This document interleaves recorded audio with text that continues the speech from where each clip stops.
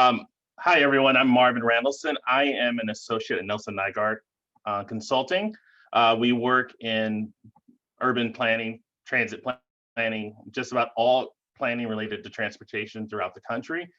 I'm here with a wonderful panel of four people who care deeply about transit in the state. First, let me get started before we get into introductions, I want to set the ground rules for some questions. First, questions for our panel. Who are you? What do you do? What is your biggest priority right now and why? And last, where is your favorite public transit system and why? So that's the base questions for introductions. I'll start. Again, you already know who I am. You know what I do. My biggest priority right now is to do what I can, wherever I can, to improve access to public transit. That's kind of what I've been doing previously, my previous jobs, which was working for Bike Cleveland, working for Cleveland's Public Transit. My previous position with the city of Sandusky, which was to operate and manage their transit system. I care deeply about mobility issues, especially for people of color and people of lower incomes, because that's where I grew up. I grew up in the city of East Cleveland. My mother and I did not have a car, so we were 100% dependent on transit. And this is very, very deep in my heart and my DNA about making sure people have access to quality public transit. All right, so my favorite public transit system is, it's usually between Paris and London, just because I love Paris. And it just has such a beautiful diversity of modes and accessibility in a very, very walkable environment. So that's my favorite transit system. Let's start off with Marc, because he's the first one on my screen. Go ahead. All right, I'm Marc Conte. I run 2 special improvement districts in downtown Columbus, and those are effectively property owner associations. They are funded by assessments on property owners.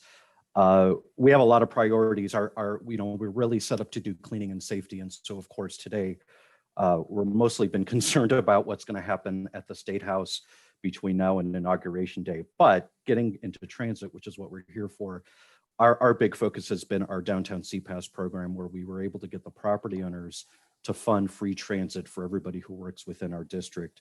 It was an innovative funding model. It helped us provide entree into companies, so we could get into companies and talk to their employees about transit and give them a no-risk way to try transit, and then provide all these wraparound services that all our partners were providing, such as COTA, the Transit Authority, and MORPC, the Mid-Ohio Regional Planning Commission.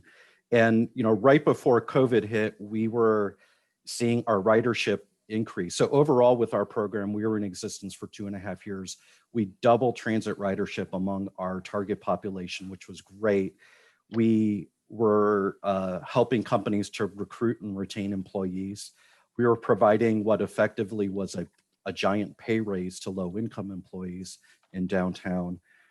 And then right before COVID hit, we were seeing our ridership actually start to increase at a time when transit ridership seasonally drops a bit. So we were excited for 2020, and then it stopped. So now we're focused on restarting this big machine, and as people come back to downtown, getting them to ride again. And then my favorite transit system, I'll say not just the London Underground, but the complete London transport system. Thanks, Marc. Let's move to Justin. Just have to find that mute button. Good morning, everyone. Happy to join you. It's exciting to see so many people here, and I see recognize some faces or names at least on screen. I'm Justin Goodwin, Transportation Planning Manager for the City of Columbus. What do I do? My role is fairly broad-ranging. Some of my colleagues I see that are joining us here might say that some of what I do is I stick my nose in other people's business, but that's really aimed at bringing a collaborative approach to our transportation planning projects. For those not familiar with Columbus or city structure. I'm housed in the Department of Public Service. That's essentially our Department of Transportation. Though there are a few other non-transportation functions, but I'm one of a smallish number of planners in essentially our transportation engineering department in the city. A lot of my role is focused on bringing a holistic approach to our transportation planning projects from both a policy perspective and through design implementation.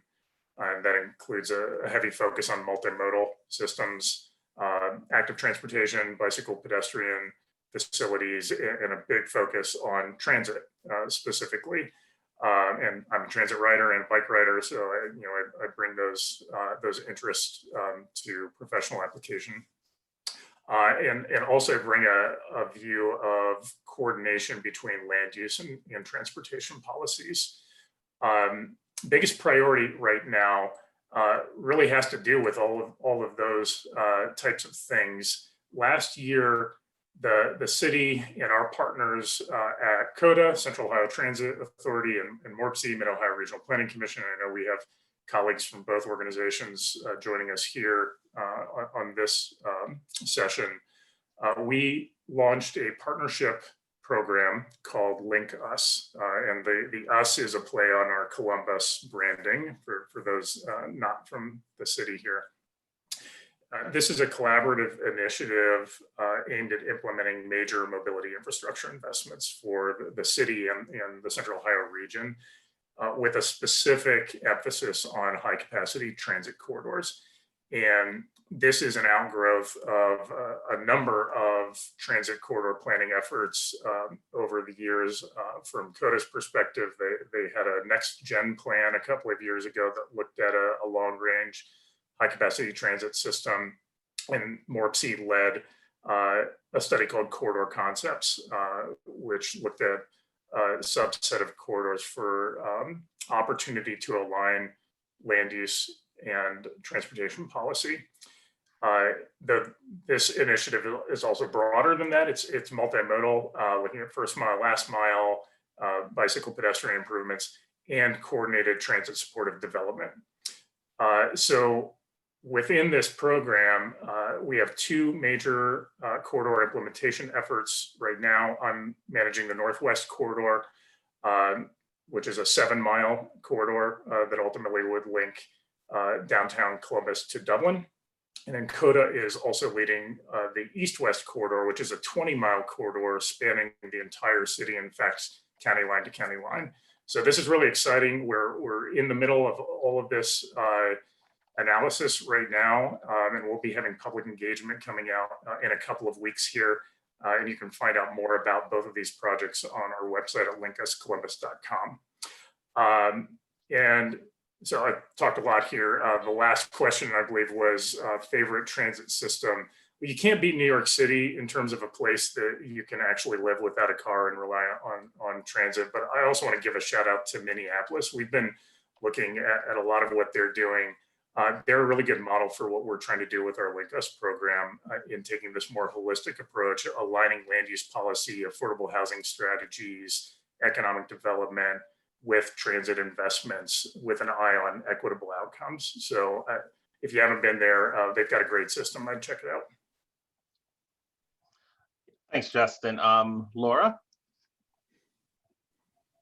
Okay, good morning. I'm excited and really humbled to be on this panel with Marc, Justin, and Cam. So, if you see some excitement, a little bit of awe, it's because these guys just do amazing, amazing work and just help us so much, those of us who are in the transit industry. So I'm the Chief Communications and Customer Experience Officer at the Toledo Area Regional Transit Authority, or TARTA.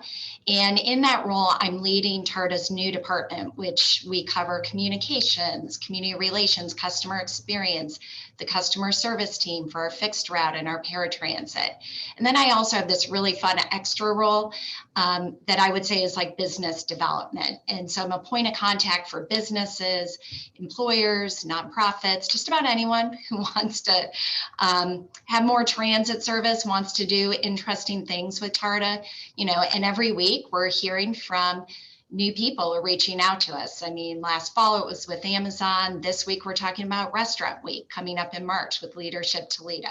So the door is open. The sign is up that we're open for business, and we want to develop these partnerships. And why do we want to? Because really our biggest priority right now is rebuilding, reimagining TARTA to keep up with the Toledo area. So just for those who don't know, a little bit about what's going on in Toledo. Even before we hit COVID, it was a revitalization or a renaissance. And so encourage you all, when it's time and it's safe, come up here, check it out. It's amazing.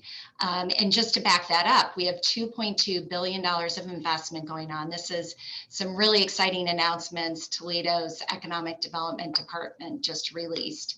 3,500 new jobs, including 2 Amazon fulfillment and delivery centers. So a big one with 3,000 employees eventually in Rossford. 1,000 new residential units planned or in the works or built in Toledo. And then even with COVID, we have 17 new downtown Toledo businesses coming online. So that means that TARTA, which has been underinvested, I think lagging, kind of thought as the afterthought of a very strong transportation ecosystem up here with, with multimodal port system and bikes and, thinking about walkability. We can always do better, obviously, very strong roads and bridges here, but we were the afterthought and now we have to catch up. And so something we worked really hard on in 2020 and will carry forward in 2021, that means a sustainable, well-funded transit system locally. And I think this is where exactly, Cam, I need, we can use your inspiration and ideas, because moving to a sales tax model is really where we need to go. Property tax, we have 2 property tax that fund us. You might think in this time of COVID, well, isn't that good? I mean, isn't that keeping you solid? No, exactly. We have a big major mall, Franklin Park Mall, that's really hurt, Westfield, actually, Franklin Park Mall. And so, they've already had their property tax evaluation lowered, and it just frankly can't keep up. I mean, this funding model cannot keep up. And so we've done our due diligence. Sales tax would definitely help us have the right funding source, but it also would allow us to be throughout all of Lucas County. We have 7 communities right now, and to be the 4th largest city in Ohio, to be really in a tri-state area like Cincinnati, I mean, we need to be operational throughout all of our metro county. And so we have a lot of exciting efforts underway to make that happen. Strategic plan, a comprehensive operational analysis, jargon word to say we are on our way to do a system redesign like what they did in Columbus and CODA, and having played a role in that. I'm so excited because I know the difference that can make when you take a look at your transit system that you've just been kind of fiddling with on the edges for 50 years, and you start new based on where people live today and where they need to get to today and into the future. And we also have a really strong emphasis on fix it first. Fix it first to us means let's invest in our capital. We've got to have modern, safe vehicles to transport our customers. It's back to that dignity that Marvin talked about. Our customers deserve that with our fleet. Our CEO, Kim Dunham, here at TARTA has done a phenomenal job prioritizing that, finding unique partnerships with CODA to acquire over 40 vehicles that will really reduce the years of service on our bus to something that is, again, this region our riders deserve. So I could keep going on, and I think there'll be lots of time to talk more. So, what is my favorite transit system? I'm going to bring it the States too. I have to say DC Metro. I go there. I've gone there a lot over the years professionally, and I always and with that customer experience element, I always just love like how easy it is. Even if I haven't been there in 5-6 months, I can quickly reorient myself, hop on it. Those color-coded lines are great. But a real testament is a couple of years ago, my son was out there looking for colleges, and I had to go to a conference. I'm like, you're going to have to go to these campus visits yourself, and you're going to have to use the metro. And within, a couple hours on an afternoon, he figured it out, and he went on his own as an 18-year-old, and he was just fine, and he loved it. He loved it. So to me, that is the hallmark of a great system. When you can easily get it, when it's usable for youth and all ages. So thank you. Thanks, Laura. Last but not least, Cam Hardy. Hello, man. This is already firing me up, and we just in introductions. I want to first start off by saying that I love what Toledo is doing. Shout out to Toledo. They're doing excellent work up there. I spend a lot of time in the downtown. I cannot wait for the bus system to get better. I enjoy the farmers market. I enjoy going to Libby's to give me some glasses. I brought a lot of glasses back to Cincinnati from Libby, so I'm looking forward to riding the transit up there and it being better and being your cheerleader and helping you in any way that I can, because you guys are doing phenomenal work up there. But for those of you who don't know, I'm Cam Hardy. I am the president and co-founder of the Better Bus Coalition here in Cincinnati. And basically our mission here was to improve transit in Hamilton County. And it did not happen overnight. It took us a long time, but we were successful in getting the first ever transit tax passed in the history of our county. And as Laura mentioned, we switched over to a sales tax as well from an earnings tax. It's extremely sustainable. It was put in as a temporary tax, but of course, temporary things become permanent if you don't have the political will to change them. And so our temporary funding became permanent, and the Better Bus Coalition worked to change that. Now, a lot of people think that working in transit is my day job. It is not. I work for a top law firm in Cincinnati during the day, and I fight for a better bus service at nights. And I love it. I enjoy it. It is my passion. I don't own a car. I take the bus everywhere. My life is centered around the bus. And so that is why it's extremely important that we have a robust public transportation system, but not just in Cincinnati, but everywhere. And so my biggest priority right now is two things. Well, one is to help my friends, such as my friends in Toledo and other places, and making sure that they are successfully getting their transit tax passed, and making sure that the community is aware of what's at stake with it. And another one of my priorities is to, right here in Cincinnati, make sure that Reinventing Metro is implemented effectively. We just recently certified the new sorter board. The sorter board oversees Metro operations. I'm happy to announce that there are going to be bus riders on this sorter board and people that are directly from the community. That was one of our biggest beefs. Nobody that looks like us or who understands our needs, are in control of the system. And so we were successful in getting some bus riders on this board. And so that is going to be my focus moving forward, is to make sure that Reinventing Metro is implemented correctly, and that my friends, such as in Cleveland, in Toledo, and everywhere else, are successful in getting their transit levies passed as well. My favorite public transportation system, I have to say Cincinnati. I'm from Cincinnati. I love riding the bus. I've been riding the bus as long as I can remember, since I was like 7 years old, probably before that. And I love our bus system. Yes, it can improve, and we will improve it. But I love the bus operators. I love our CEO. The leadership is excellent and great. Even if you have to hold them accountable every once in a while, I still love them and appreciate them, and they do thankless work. So that's all for me.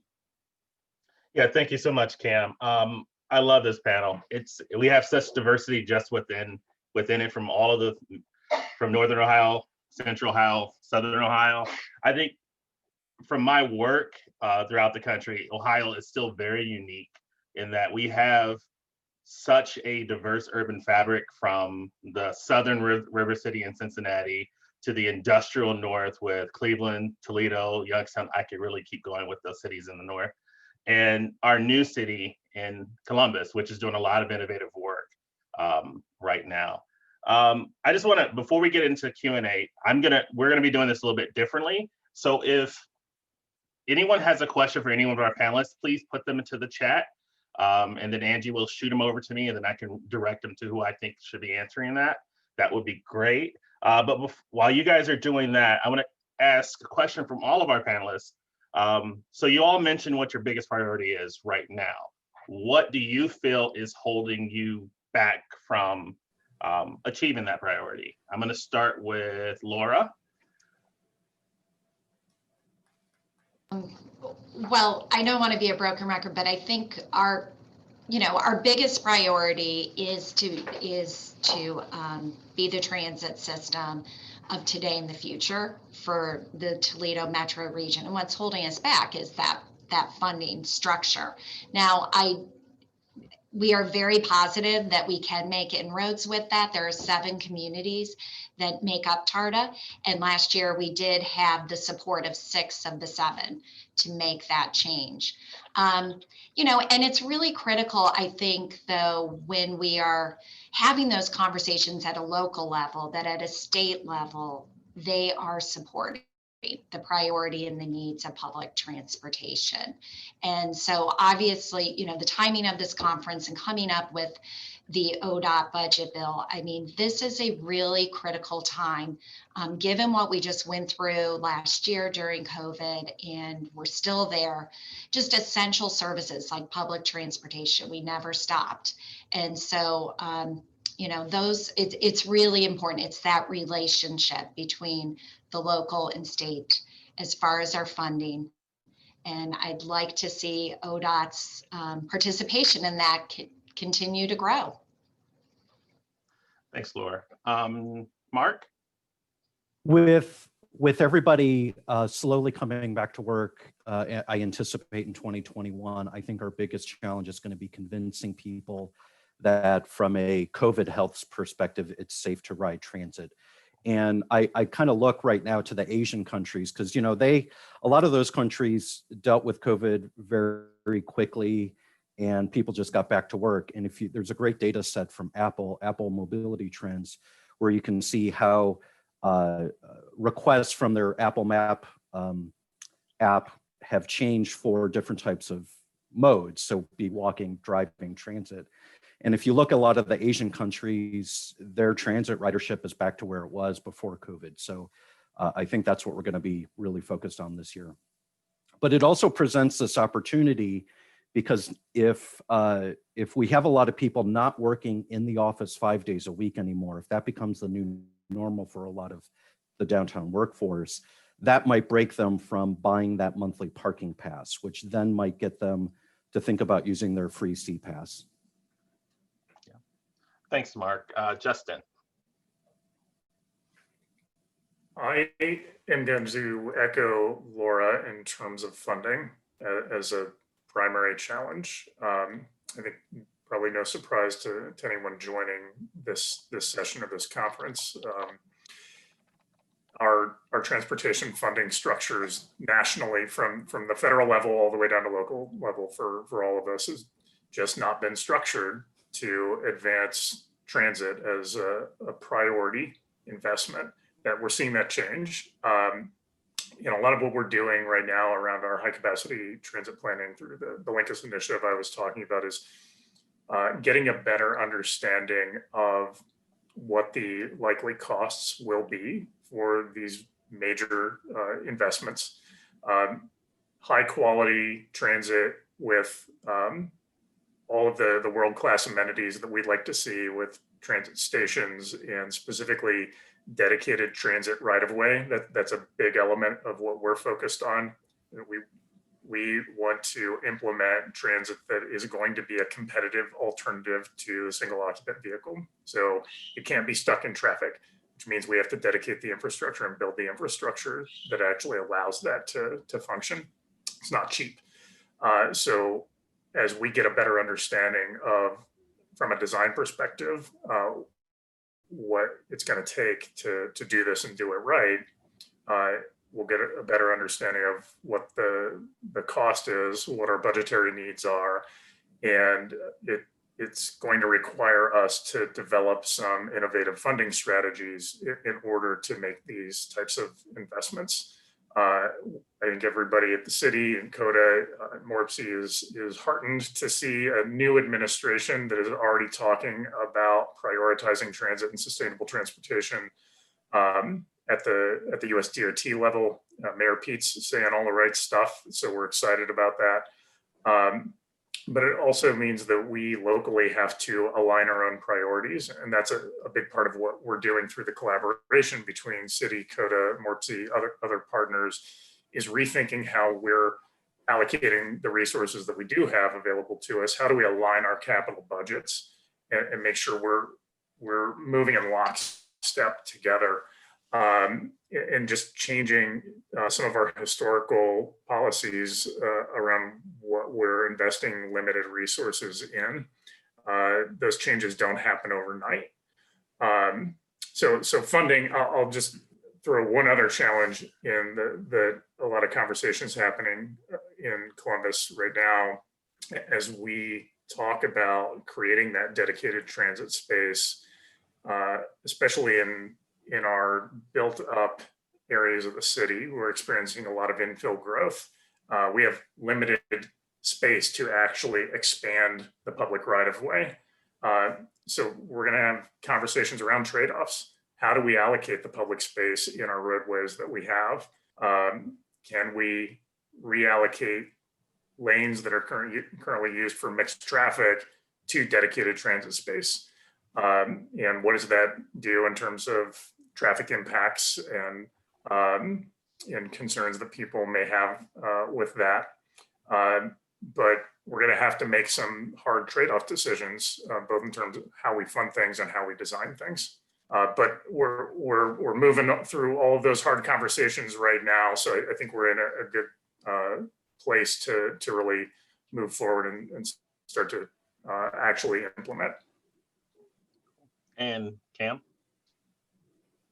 Yeah, well, I'm really excited about the future of transit in Cincinnati and Hamilton County.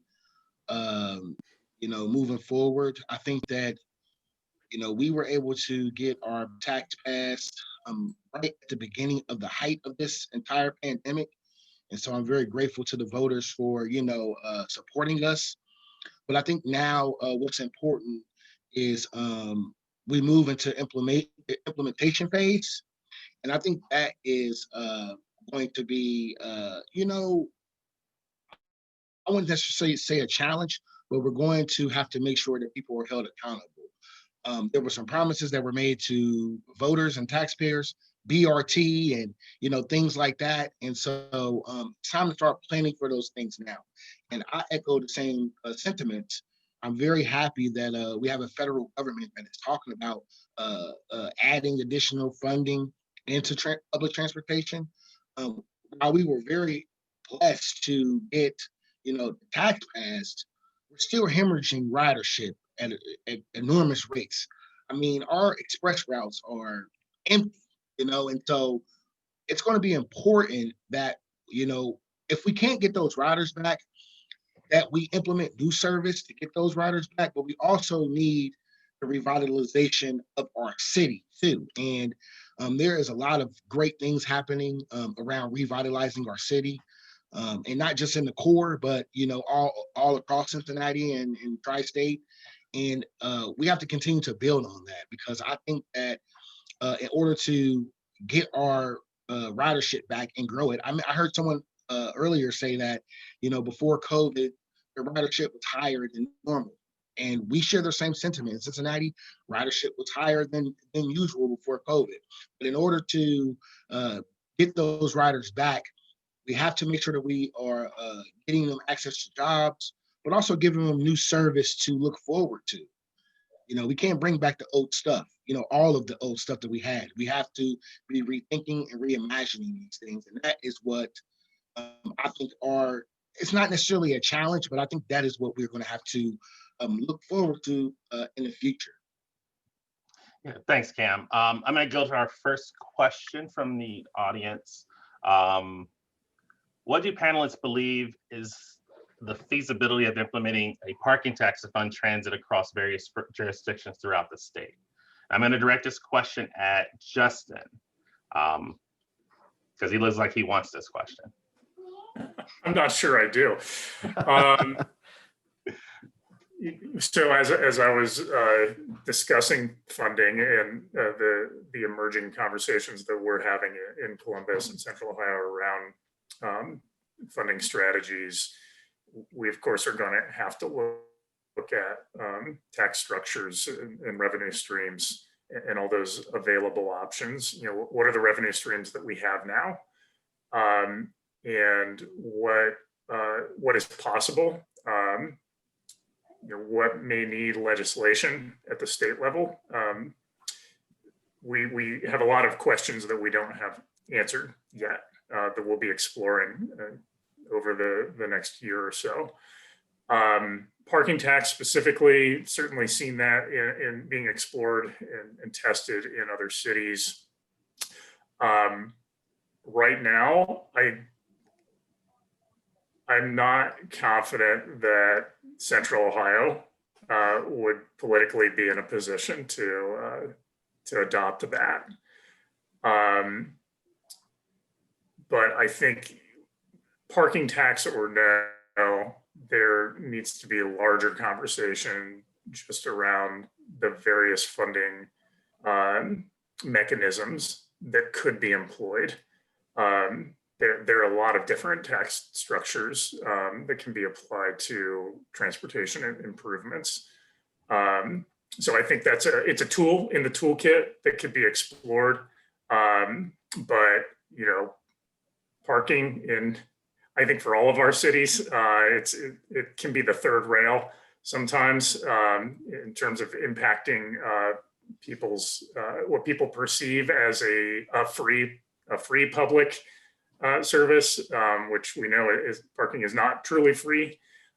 So we do need to have conversations around the true cost of parking, what that means for development, and the cost of development as we're thinking about transit supportive development and densities that actually get people riding transit, and having a broader conversation around all of the costs of our transportation infrastructure. So I wouldn't expect a parking tax anytime soon, but I think, again, it should be, you know, in that toolkit to explore. Anyone else want to answer that? Yeah, well, you know, one issue when this has come up in the past, it's always been I've always heard it focused on downtown, which is problematic because if you add yet another cost to doing business downtown, you just drive businesses out to the suburbs. And so if you can do it in a way that, yes, is across jurisdictions and applies to what people consider as free parking spaces, that would be fantastic. One good thing the city of Columbus has done, that they revamped their permit parking system for some very crowded mixed-use commercial urban neighborhoods. And when they raised the permit fees and required more parking permits and also raised the parking meter fees, they were able to designate that additional revenue to go towards things such as a downtown CPAS program or other incentives to get people to bike and walk more. And so I think there's a lot of opportunity there, probably starting there before then, you know, investigating whether a tax is going to be a good. Yeah, if I could jump in there, Marc, thanks for noting that. So that is what Marc's describing is our parking services division at the city. I'm not sure if we have anybody from that division on this, but they've created a parking benefits district, and the intent is to take some of that revenue stream and purpose it towards alternatives to single occupant vehicle, to multimodal infrastructure, so that we don't need as much parking. So again, it's a tool in the toolkit, but I think, you know, we're going to be talking about a need for funding for major infrastructure investments that will go well beyond the revenues that can be generated through a program like that. But pulling together all the revenue streams that we can into a package is really how we need to be thinking about this. Cool. Thank you. Cam, Laura, anything you want to add? I would just say I really am intrigued with what Justin said, because that last comment about, because it's really about the transportation ecosystem, right? I mean, they're not so separate, and this placemaking and creating desirable places where people want to be, and they are looking for dense development. That's why downtowns across the state are coming back and have been revitalized. That is why I think shopping centers, whether it's here in Northwest Ohio, like Levis Commons, or in Columbus with Easton, they emulate what our foundational cities had, which was walkability and scale that was toward people. And so I think if we can create that balance, and, I think we have to have the hard facts that parking, roads, they're very expensive options in upkeep. I don't think oftentimes we really lay out the exact cost and the affordability of public transportation, of walking and bike paths, and bike lanes or paths, just how affordable they are. I just don't think we've really put them all on the level playing field. But my background in general transportation, it's never an either or. It's how do they all work collectively, and I just don't think we have given all the modes their due diligence, and so we need to be creative, and that does require the funding to support that, to really build that ecosystem of transportation. Yeah, I'll echo those sentiments and also say that we need to for me it starts with local government. I mean, we need to make sure that we are electing people who have our priorities at heart. I mentioned in the chat that there were some loose discussions about taxing parking surface lots in Cincinnati. A year or two ago, there were some loose conversations about it. But it takes one look at campaign finance records, at the top to see that would never happen, because the parking lobby in Cincinnati is strong, and they donate a lot of money, and they have a lot of influence. And so I'm with Laura. I think that we can't have these conversations in a vacuum. It has to be under one umbrella. I think that there's a way to prioritize people driving, but also prioritize pedestrian safety and pedestrians and people that's riding the bus too. And I think that has to be all under one end. It shouldn't be either or. And my experience in government, like not being in government, but like working with government, things like that, they tend to look at things in a vacuum, and it's either this or that. It never can be both. So we have to get to a point where it can be both. Yeah. Perfect. Thank you. Just to piggyback on that again, we did the last state budget saw a tremendous increase in public transit funding. I know a lot of people on this panel have helped make that happen. What do you see, since it's one of the ironies of Ohio is that we're a very urban state, but most of our state legislatures are from rural areas. We want to explain how that exactly happened. But for Laura, what has been helpful in reaching out to rural legislatures to get them to support increasing transit funding? Sure. So being part of the Ohio Public Transit Association, I mean, we work side by side with our rural transit systems. And believe it or not, there are over 60 transit systems. I think we're 65, 66 in Ohio. So majority of those are in rural areas. And really what has worked is they have brought their legislators out to ride the system. And they see that what they are doing is extremely cost effective. There are no frills.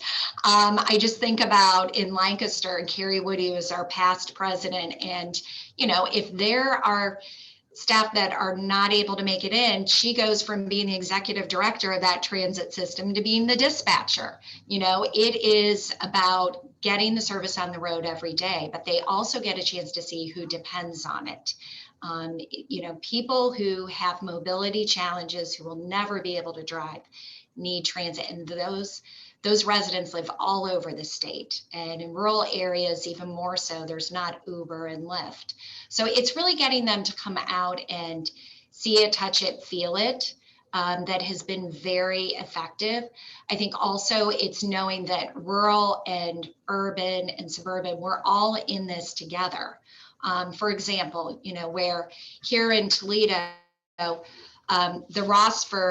the Amazon Rossford facility going to hire up to 3,000 employees. So it's not in Toledo, but they need a Toledo workforce.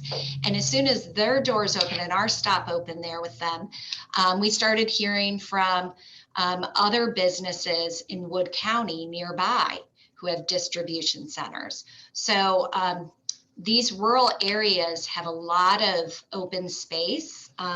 Maybe from a development standpoint, it's not ideal, but they are ideal to open up big distribution centers and hubs, and yet they need the workforce in the urban areas. So I think this is a place where our rural legislators can start to understand it's not an either or. It's not, transit's just an urban issue. No, we're interlocked here, and we need to figure this out together. So that's just a couple examples. And I'm hopeful, but we can never stop educating and giving the experience for rural legislators to understand what public transportation is. And I spoke with a few legislators during that last budget process, and what seemed to really resonate was educating them on how those rural transit systems, in large part, are really an extension of the healthcare system in the rural areas as well.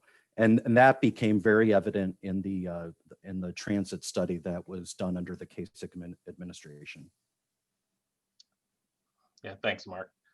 The transit study noted that I think the state transit systems needed at least $250 million per year in funding to be in a state of good repair and also meet all the needs of people who needed public transit. So getting $100 million was a huge feat in the last budget process, but I think we still have a long way to go. Just to pivot back to today's crisis, which is COVID. You'll find my question.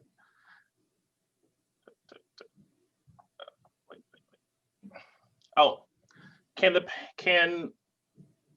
mask mandates on all? I'm assuming all public transit systems in Ohio have a mask mandate. Can you explain the pros and cons of enforcing that mandate on trains and buses? And I'm going to direct this towards Cam, since he is a rider. Yeah, great question. I think that, when we think about our bus operators and what they face every single day, I think that having them enforce more regulations, it could be stressful because, our bus operators do more than drive the bus. They're referees, they're therapists, they're traffic directors. I mean, like, they do so much more stuff beyond, just driving the bus. And, it's a really thankless job. I don't think they get appreciated enough, which is why we try to thank them as much as we can here. But I feel like, with that being said, it is extremely important that if we want to build ridership and bring people back, that we have to have these mandates. And I think that we have to make it easier for the passengers and the riders to, get access to masks and things like that. I know our transit agency spent days down at our main transit hub downtown passing out masks to passengers and riders. And so I think those things are good. We have to continue to do those things and keep it up. And I think that's how we're going to kind of ease the calm of people coming back. Because I work downtown. I work in a large building downtown. practically empty. A lot of my coworkers do ride the bus, and they're leery about it. You know, they don't feel like, they're not confident the bus is clean. They're not confident that people are adhering to the rules. And so, you know, I think that we have to develop a huge campaign around, you know, riding with pride or something like that. We need to find something catchy so that people understand that safety is a priority, and that we are trying to, you know, bring people back and make this, you know, something that people ride. Exactly. Thanks. Lord, anyone else want to dive into that one? I did want to jump in on the masks because we're really proud at TARTA. We were the first system in Ohio to require facial coverings. And we wanted it to be, though, for health and safety, as Cam said. I mean, our drivers are putting their work ahead of their personal well-being.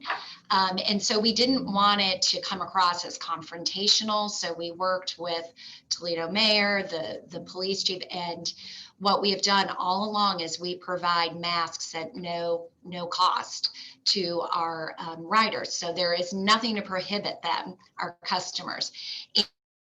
And the community heard that call and understood. And so we had a phenomenal outpouring of donations of masks, along with, obviously, we had federal funding to help us acquire more masks.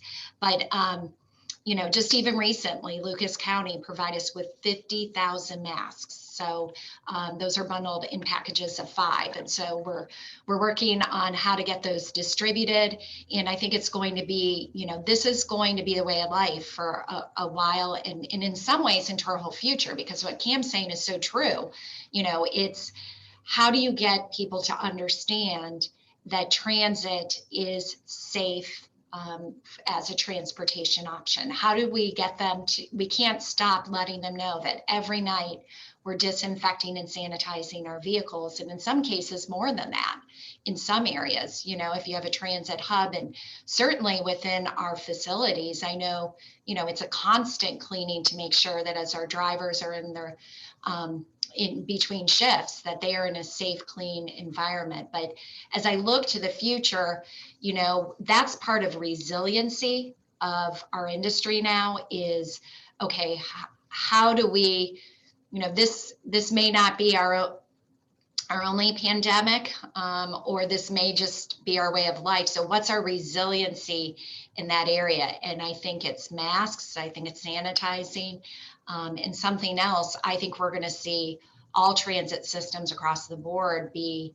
you know, this, as far as contactless payment systems, we're all going to have to quickly find ways that, you know, it's contactless, but we still are really sensitive. I know here in Toledo, we have to be really sensitive that probably a majority of our riders need, they're underbanked or non-banked. So those are some thoughts I've, for sure.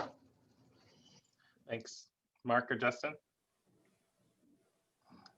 All right, so this is directed towards land use and transit. So there is a definite link between land use determining the outcome or success of public transit. Here in Cleveland, transit and land use advocacy are not closely connected. Could there be a medium or long-term strategy to support transit and encourage more urban land use outcomes? Do you all, and does anyone know of an example elsewhere in the state where this has been successful? Marc?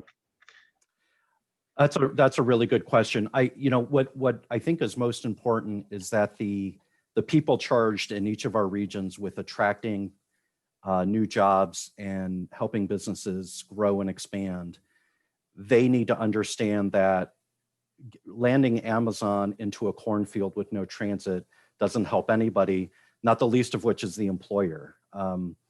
We have several Amazon warehouses here, and the one that's not accessible by transit, you know, that's the hardest one for them to recruit employees to. And so I think that's really where that starts. I know COTA was doing some work on that level to be in on the conversation so that after the building gets built, COTA isn't expected to do a squiggly line with the route to get it to the jobs. So the more we can do that ahead of time, the better. But I don't know of a really good institutionalized way that that's happening. Maybe the others do. So if I could jump in on that, and in fact, I saw in the chat an early question after my intro. Somebody noted that as a non-professional, when I said aligning land use and transportation policy, that sounds like wonky word salad, and I get that. This is really at the core of what we're trying to do with the Link Us initiative. As Marc said, it just dropping a development somewhere that's not served well by the transportation system, specifically by transit, and then expecting the transit agency to respond and expand service, that's not sustainable. At the same time, we want to make sure if we're making major infrastructure investments in transit, we're doing it in places that will have ridership. So what we're doing with the corridor work that we have underway right now is planning for the transit mode and alignment and understanding the design for the public right-of-way and the transit infrastructure, and also looking at how we retool our zoning and development policies, and specifically zoning, so that as development happens along the transit corridors and at transit stations, at hubs of activity, that we're getting the best, most walkable, transit supportive development patterns possible, which gets back to the parking conversation. The way our development patterns have been happening for the past 60, 70 years is we kind of let development sprawl out, responded to highway investment, made it really hard for development to be served by transit, and now we have congestion problems. So we want to flip that around and encourage density in places that can be supported by transit, so that people do not have to be reliant on a car, so that development does not need as much parking. And we can actually create a condition where people can quickly walk out their door and hop on a transit line and get where they need to go and truly be able to survive without a vehicle. So we have to make sure that our zoning and development regulations are encouraging that form of development in the places that are being served by transit, and that we're focusing those efforts in places where we're also going to focus our infrastructure investments in transit, doing both of those things together so we get the best outcomes. Thank you. Camera Laura? Justin, we lost you. Okay.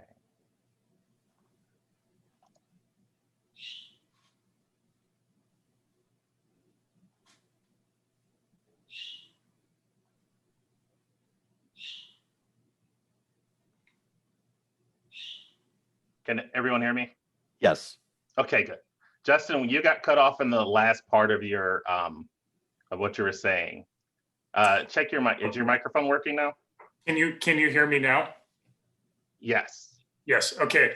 The last point I was making is that it's really important that we align our zoning and development regulations with at the locations where we're making major transit infrastructure investments, so that we're getting good walkable transit supportive development that will actually create ridership on the transit lines that we're building.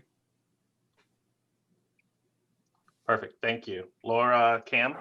I think something that's going to help us tremendously, that was a part of issue 7, and I'll be brief because I want to tie this to something that was said earlier about partisanship and making sure that you get your rural legislators on board too. That's something that we did from the onset of this. Before there was even a official coalition, I was out with my coalition. We were out in suburbs talking to Republican council members and mayors about what the future of transit will look like to them. But I think it's going to help us steer the conversation as far as land use development and transit. Part of issue 7, there is a roads and infrastructure attached to this. And basically $30 million of the money that's raised from issue 7 has to go to roads and bridges and infrastructure that buses drive on. So we made them define what infrastructure really means. It means sidewalks, it means BRT, it means crosswalks, street lights, things like that. And I think that, you know, while it's, I mean, 30 million, it's not that much money. But I think that it's a start in the right direction to mesh these things together, especially in our more suburban places where, I mean, you don't necessarily need a direct bus line and go, I don't know, to Loveland, but there might be some job centers out there that we can connect to. And, you know, if there is an opportunity to connect those via the roads and bridges and things like that, then I think that we can do it.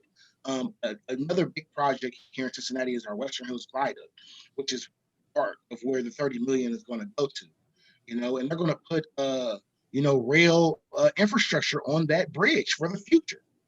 And I don't think that that will be made. I don't think that will be able to happen if, you know, issue 7 was not passed. And so I think that we're already likely starting to have those conversations here.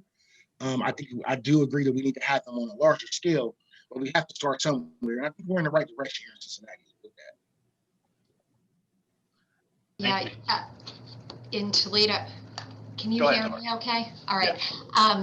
So we also, in our proposal last year, and I assume we would this year too, we had a component for infrastructure for each of the communities. So it's essential.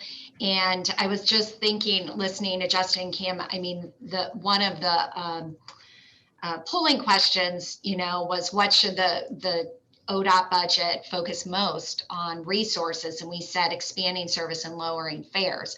Well, if we're going to expand service, and I think we can all here on this panel, and even all of us here attending, believe that there will be expansion of transit service. Might be a little different shapes and sizes. We need that development to be conducive to that. I mean, something might be built next month, and all of a sudden a year from now, you know, this is where we really need to put the transit infrastructure. So I think that is critical.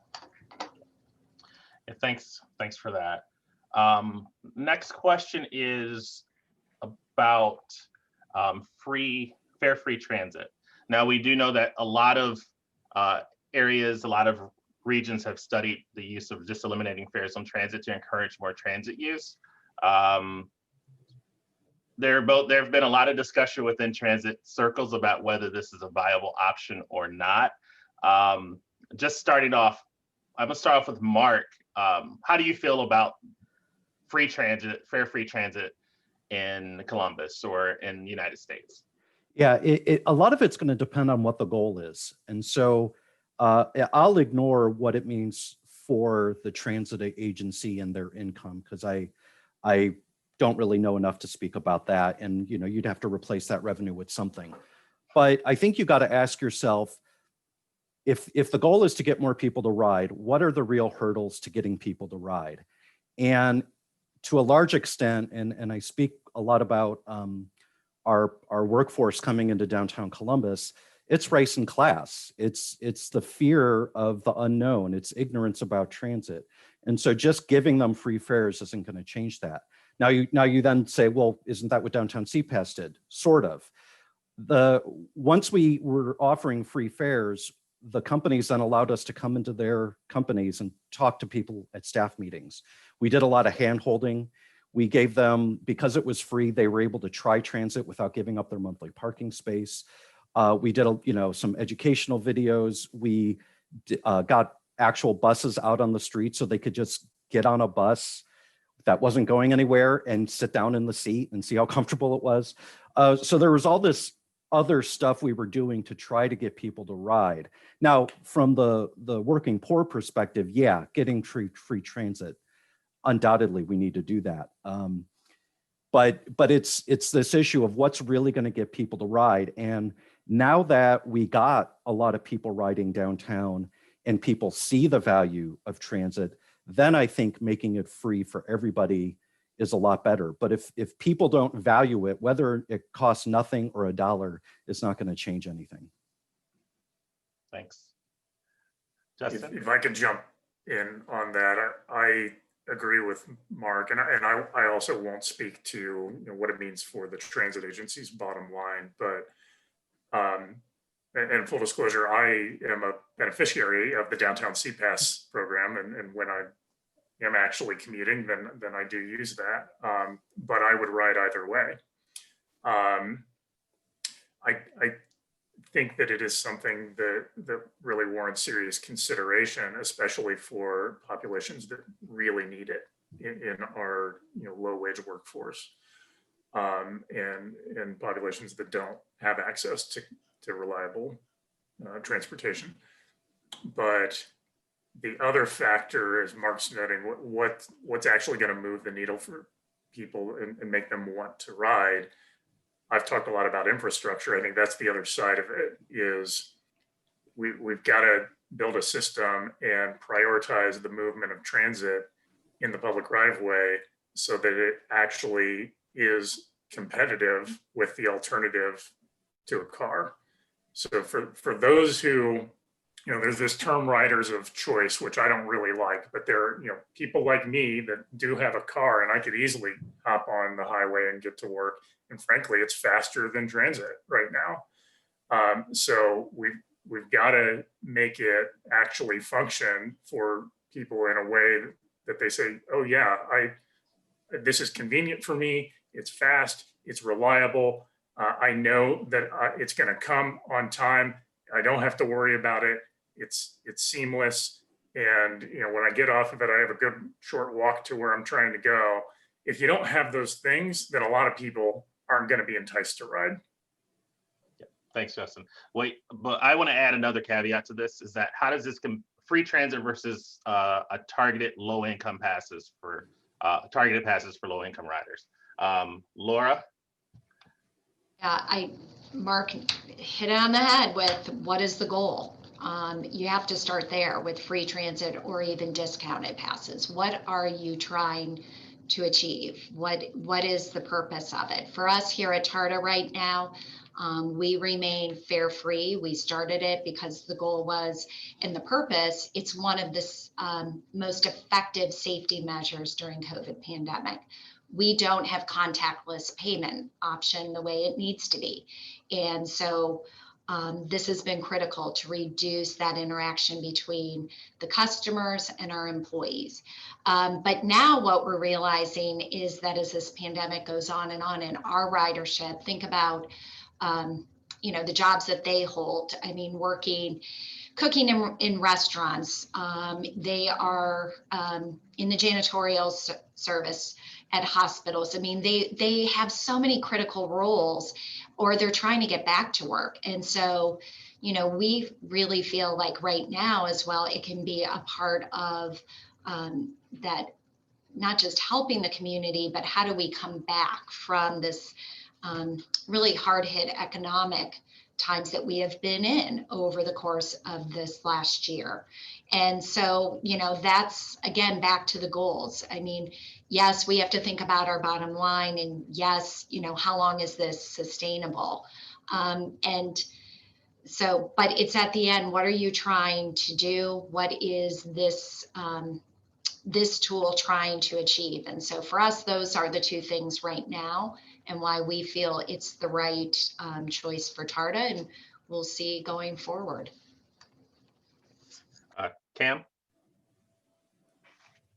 I support free fares. I do recognize the implications politically and the implications it would have on the transit agency, because I have punted this back and forth with some leadership in Cincinnati.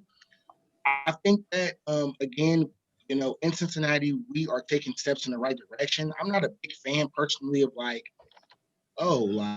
let's subsidize fare for poor people. I just think that continues a stigma that our public transportation is just for the unfortunate. Our public transportation system should be for everybody. People from all walks of life should have access to riding the bus, And I agree that, we have to first define what do we want to get out of it. During COVID, we pressured the sorter board to go fairless. It did not work out that long for reasons I don't want to get into on this panel. But I do think that it's a great idea, and it's something that we're striving towards in Cincinnati.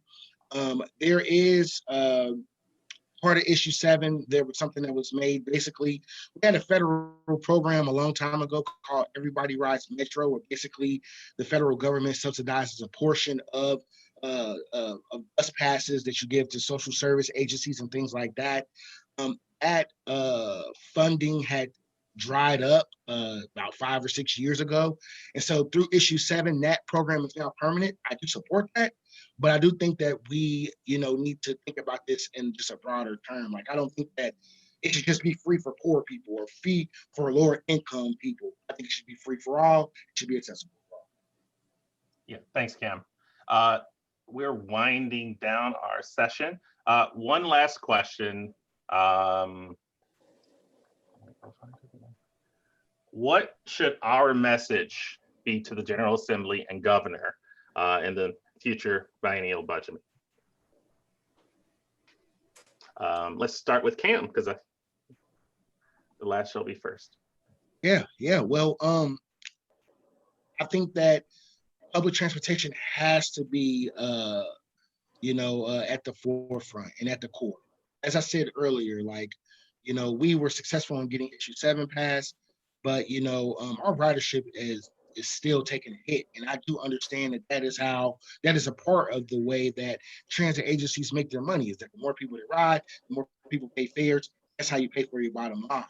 So we definitely need our public officials, particularly in the state and on the federal level, to figure out a way to make sure that we are investing in the right ways in public transportation systems across, the United States and all the cities, and I think that's important and something that we're going to be fighting for. I try to talk to Sheriff Brown's people once a week about these issues, actually, just, keeping it in its forefront and letting him know that, this is important to us.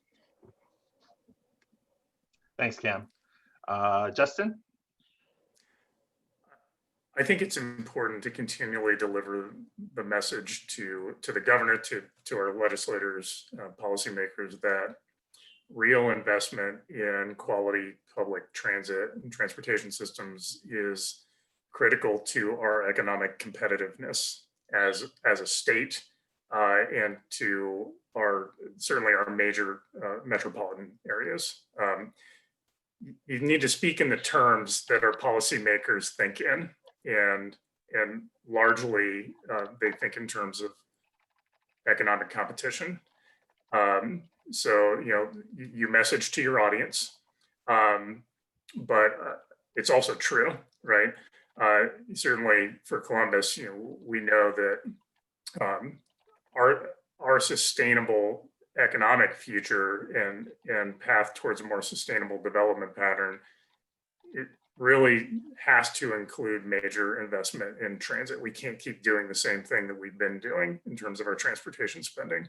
So it's an investment, and it's an important investment that the state needs to support at a policy level and through available funding.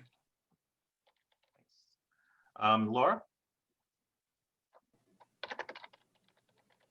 Well, I would take both Cam and Justin's message with me, and I'd probably just layer on and want our legislators to know that ODOT's moving in that way. If people have not checked out the Access Ohio Plan 2045, that was just released and confirmed. And so our own Department of Transportation, as they did scenario planning, what if we, are a state that suddenly is growing by a lot? What if we're the same,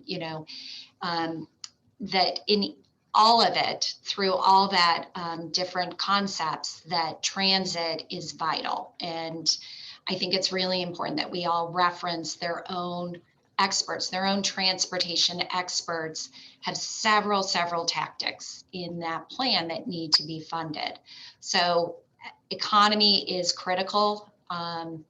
as far as what our legislators care about, but frankly, that's also what our everyday resident and our community care about right now. And I think the next is resiliency. Go back, who stayed open? Who was there 365 days a year, even when we had stay-at-home orders? Public transportation was. And it is just cannot be, I think, undervalued, undersold, underemphasized that, we kept the wheels rolling and moving. And we're doing it now. It's not changing. I mean, we have to get our population now vaccinated. Who's going to get the most hard to reach people, not just there to get vaccinated? I mean, that's one thing, but who's going to actually help them, maybe connect with them to understand how important it is to be vaccinated. I mean, that's the role of transit, and we're doing that up here with the V for Victory project that Toledo and Lucas County is leading to have 70% of our population vaccinated. So the role of transit in a community is just vast and broad. But I hope I shared and emphasized some of the points. And again, I will be taking Cam and Justin's talking points with me. And I am sure as Mark rounds this up, you'll see me jotting some notes down too. Yeah, go ahead, Marc. Yeah, I would just echo everything that's been said. You with this legislature, you go to them where they're at, and if you take them at face value, if they're acting in good faith about what they say they're standing for, then it's about jobs and economic development. And then I would then, as I mentioned earlier, layer on for the rural areas that healthcare aspect, the healthcare system aspect as well, and build a coalition with the healthcare and social service agencies, their trade associations that represent those rural areas. And that'll be a very powerful lobbying block. Yeah, thanks, Marc. I am just extremely excited to hear all the good work everyone is doing throughout the state. I think this is a great conversation. We have tons more questions we didn't get to, but I do appreciate people sending those in. I want to thank our panel for taking the time to be with us today. And hopefully this is just the start of a more broad conversation and not the end of it. With that, I'm gonna hand it back to Angie. Yeah, hi. Thanks everyone for coming. We're gonna have about a 15-minute break here coming up before we hear from Amy Cohen, who is a really remarkable woman. Before we do that, just real quickly, for those who hang around, we do have one of our sponsors here, Chris Martin from Clevelanders for Public Transit is just going to give a 1-minute spiel about that group and what they do. And then, you can grab a coffee, squeeze in a lunch, and we'll be back at 12:30. Yeah, thanks, Angie. Yeah, no, just listening to the panel today is just a lot of great ideas. Really appreciate what everyone had to say. Here in Cleveland, one of our biggest challenges is local leaders not taking the initiative they need to. And I found as I've become more involved in Clevelanders for Public Transit, a riders organization locally is a great tool. As Cam can tell you down in Cincinnati, you see the work that riders can get done when they're pressuring their local officials. So anybody here in Cleveland, I would encourage you to come join Clevelanders for Public Transit. We've got a meeting on Monday. Come check us out. Thanks. And you can